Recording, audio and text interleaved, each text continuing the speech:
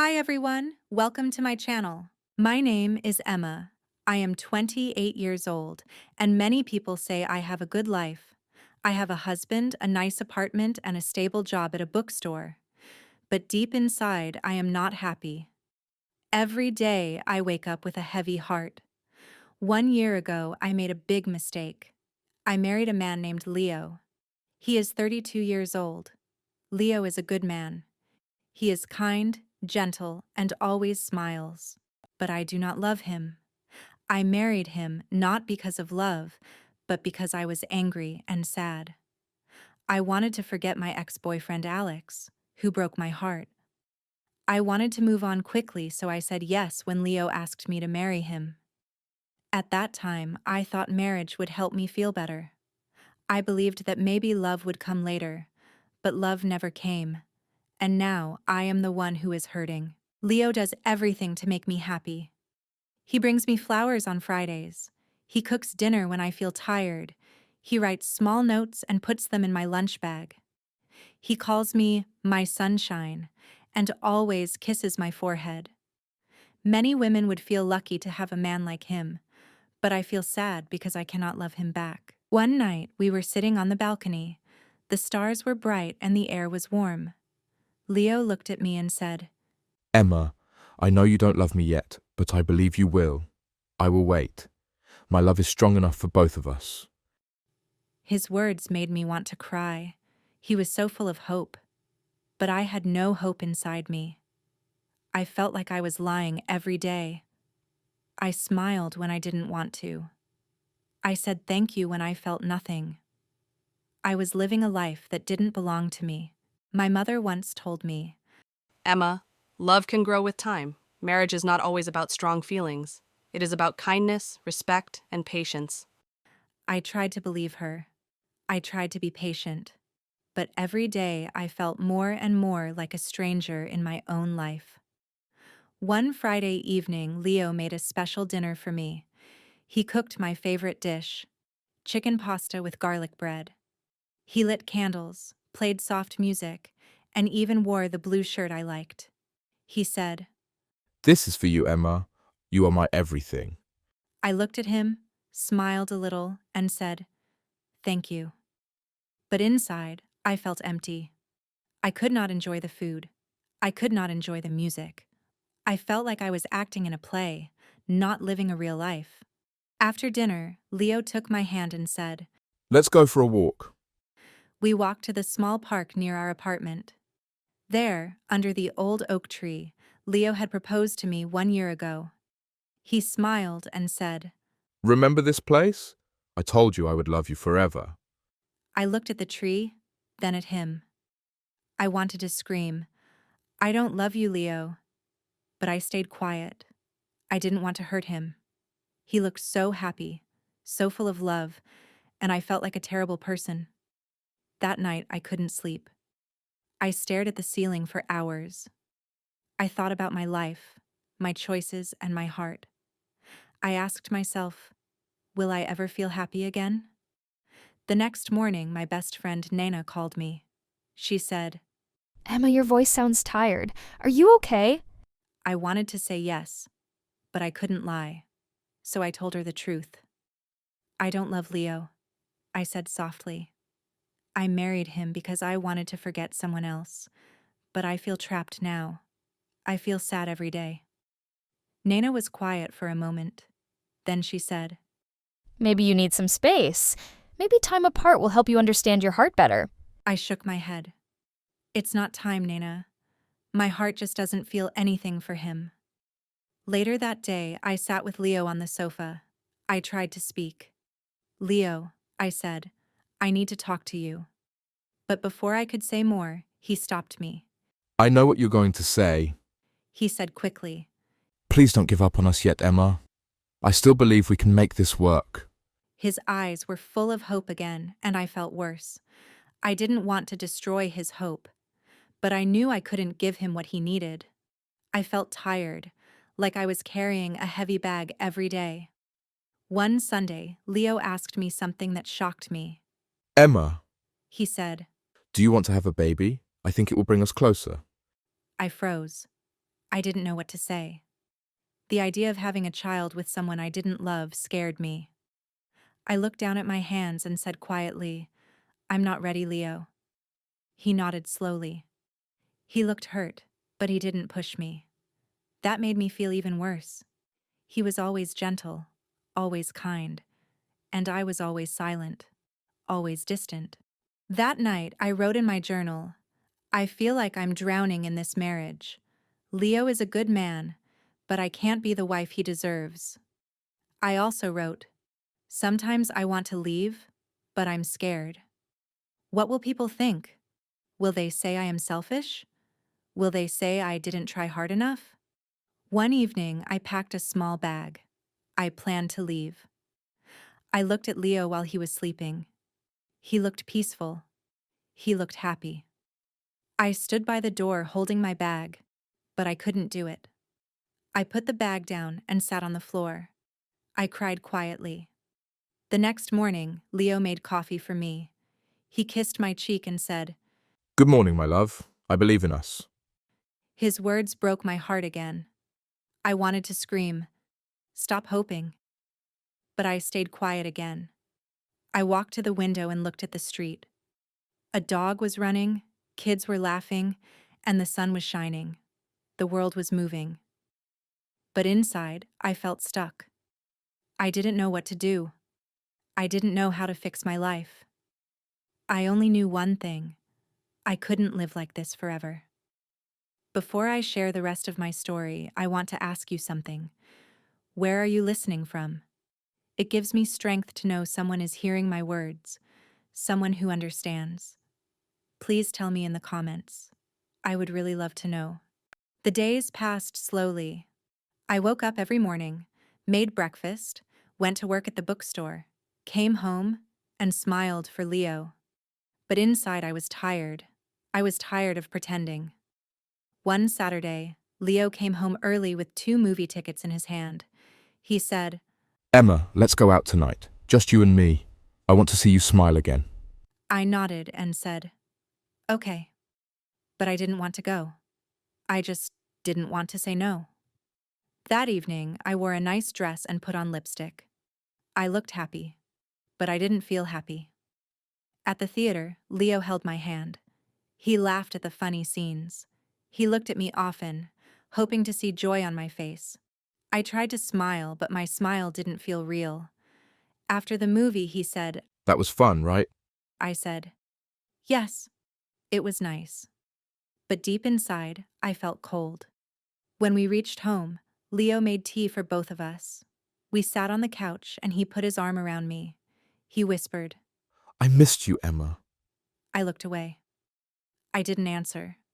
I felt bad. I knew I was hurting him every day, not with words, but with silence. The next morning, I went to see my friend Nana. We sat at a cafe near the lake. The sky was cloudy and the wind was cold. Nana looked at me with worried eyes. Emma, you don't look well. She said. You look tired.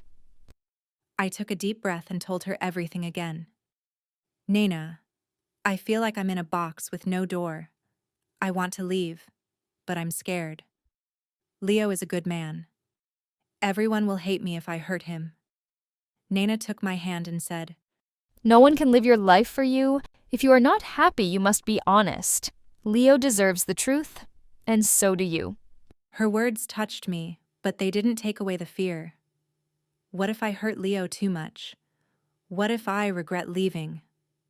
That night, I sat by the window and looked outside. The street was quiet. Lights from other homes were glowing. I wondered if people in those homes were happy. Did they also pretend like me? Leo came and sat beside me. He looked at me with gentle eyes and said, Emma, you've been so quiet lately. I feel like I'm losing you. I wanted to tell him the truth, but I couldn't. I looked at him and said, "I'm just tired. Work has been busy." He didn't say anything. He just nodded. I could see the sadness in his eyes. The next week, Leo planned a short trip. He said, Let's go to Lake Geneva for the weekend. Just you and me. Maybe the fresh air will help. I didn't want to go, but I said yes again. I didn't want to hurt him. We drove for 2 hours. The lake was calm, the trees were green, and the sky was blue. It was beautiful, but I felt nothing inside. Leo booked a small hotel by the water. In the evening, we walked along the shore. He took pictures and laughed. He held my hand and said, This is nice, right? I didn't know what to say. My heart was silent. I felt like I was walking in a dream that wasn't mine. That night in the hotel, Leo gave me a small box. I opened it and saw a necklace with a tiny heart. He said, This is for you. My heart is yours.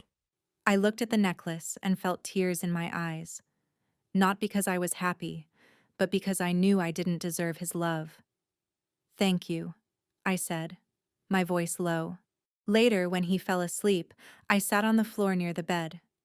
I didn't want to cry out loud. I just sat there thinking.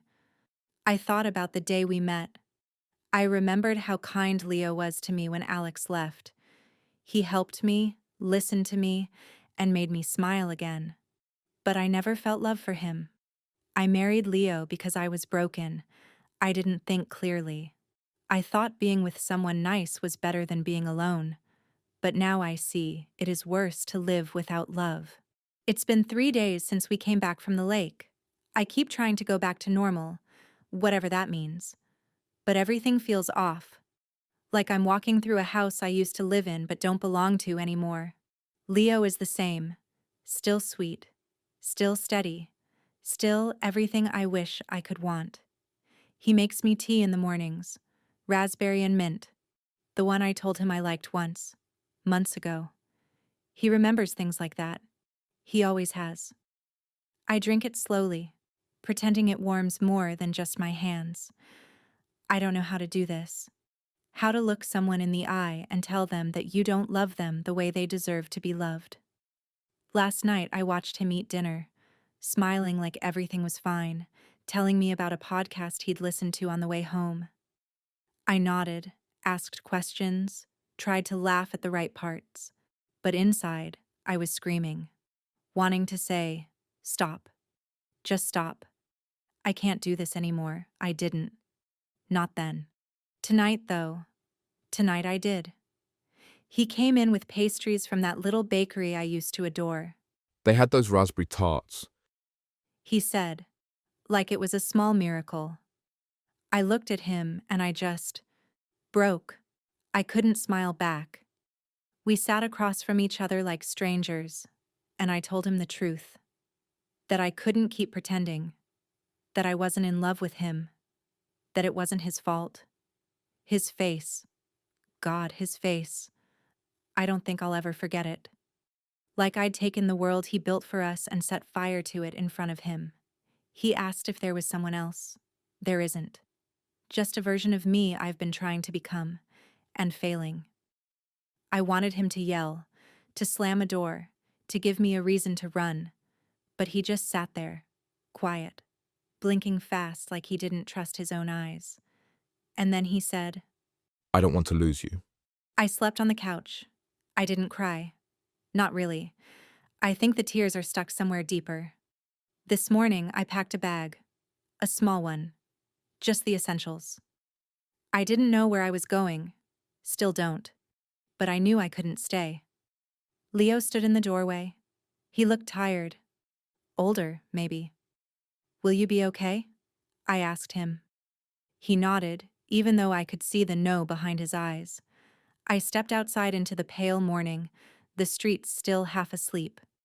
The suitcase handle was cold in my hand. The air smelled like beginnings and endings. I kept walking. I didn't have a destination in mind when I left. Just the train station. Just the need to move. I picked the first ticket that felt far enough.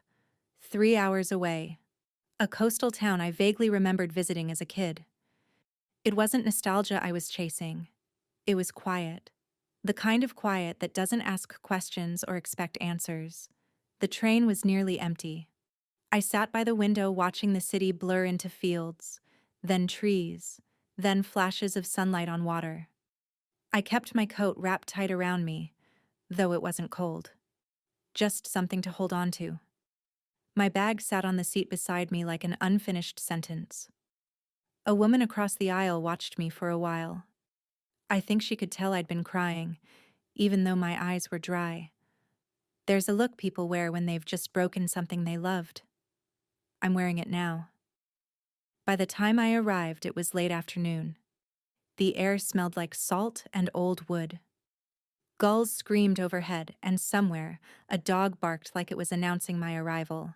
The town felt half asleep, shops closed, shutters drawn, a couple of teenagers riding bikes slowly down the main road, bored out of their minds. I found a room above a bookshop. It was cheap, small, and smelled like dust and cinnamon. The owner, a woman in her 60s with silver hair and a messy bun, didn't ask many questions. Just handed me the key and said, Bathrooms down the hall. No smoking. No ghosts. I laughed. I don't know why. It felt good, though. Sharp and surprising, like biting into a lemon. That night, I lay on the narrow bed, listening to the creaks of the old building. I thought about Leo, about his hands on the mug, the way he looked at me when he was talking, thinking I was still there with him. He didn't do anything wrong. I keep repeating that in my head like a prayer. He didn't do anything wrong. He just wasn't right. And maybe I wasn't either. The truth is, I don't know who I am when I'm not trying to be who someone else needs. I don't know what I like. I don't know what I want. I don't even know if I believe in love anymore. Not the kind that lasts anyway. But I want to. God, I want to. Tomorrow I'll go for a walk by the sea. Maybe I'll find that old pier with the rusted railing and the names carved into the wood. Maybe I'll find a version of myself I recognize. Maybe not. But for the first time in a long time, I'm not pretending. And that has to count for something. Maybe one day I'll regret it. Maybe I won't. Maybe I'll look back and wonder what could have been, or maybe I'll be too far ahead to care. But right now, in this moment, I'm smiling. Because for the first time in a long time, I chose myself. And maybe, just maybe, by letting go, I'm giving Leo the chance to find the kind of love he truly deserves. Thank you for watching. If you enjoyed this story, please give it a thumbs up and share it with your friends. See you soon in the next video. Bye for now.